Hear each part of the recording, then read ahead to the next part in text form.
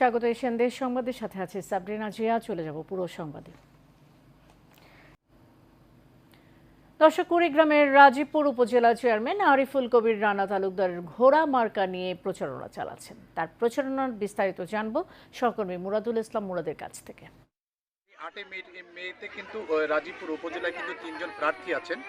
3 জন প্রার্থীর ভিতরে কিন্তু আমি আজকে যাকে নিয়ে কথা বলবো ইনি একজন ইয়ং জেনারেশন, এবং কি আপনি দেখছেন যে গত কয়েকদিন আগে যে পার্লামেন্টের সংসদ সদস্য হয়েছে, সাধারণ ভোটাররা যারা দিয়েছে তারা কিন্তু একজন যোগ্য প্রার্থী, এবং কি মাদক দ্রব্য বিভিন্ন দিক থেকে কিন্তু যা সাধারণ ভোটাররা কিন্তু তারা বলছে যে আমরা এবার সৎ ব্যক্তিকে আমরা ভোট দেবো। এই মুহূর্তে আমি যাকে নিয়ে কথা বলবো তিনি রাজীবপুর উপজেলার একজন ঘোড়া মার্কার প্রার্থী রানা তালুকদার। রানা তালুকদার, আপনি এইবার যদি আপনি আল্লাহ যদি আপনাকে উপজেলা নির্বাচনে যদি জয়যুক্ত হতে পারেন, আপনি এই সাধারণ মানুষের জন্য কি করতে চাচ্ছেন এবং কি পরিকল্পনা আছে আপনার?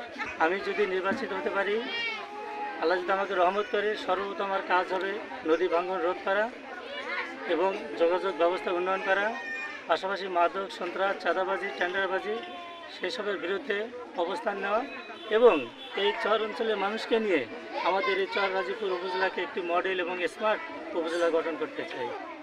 উনি কিন্তু অলরেডি সাধারণ মানুষকে কিন্তু একটি কথা বলেছে যে আমি যদি 8 মে নির্বাচিত হতে পারি, এই এলাকায় 1 নম্বর সন্ত্রাস, চাঁদাবাজি এবং একটু সুন্দর একটা মডেল উপজেলা পরিষদ গঠন করবে ওনার কিন্তু এই প্রত্যাশা। এই ছিল আমার কাছে সর্বশেষ রাজীবপুর উপজেলা পরিষদের নির্বাচনের আপডেট।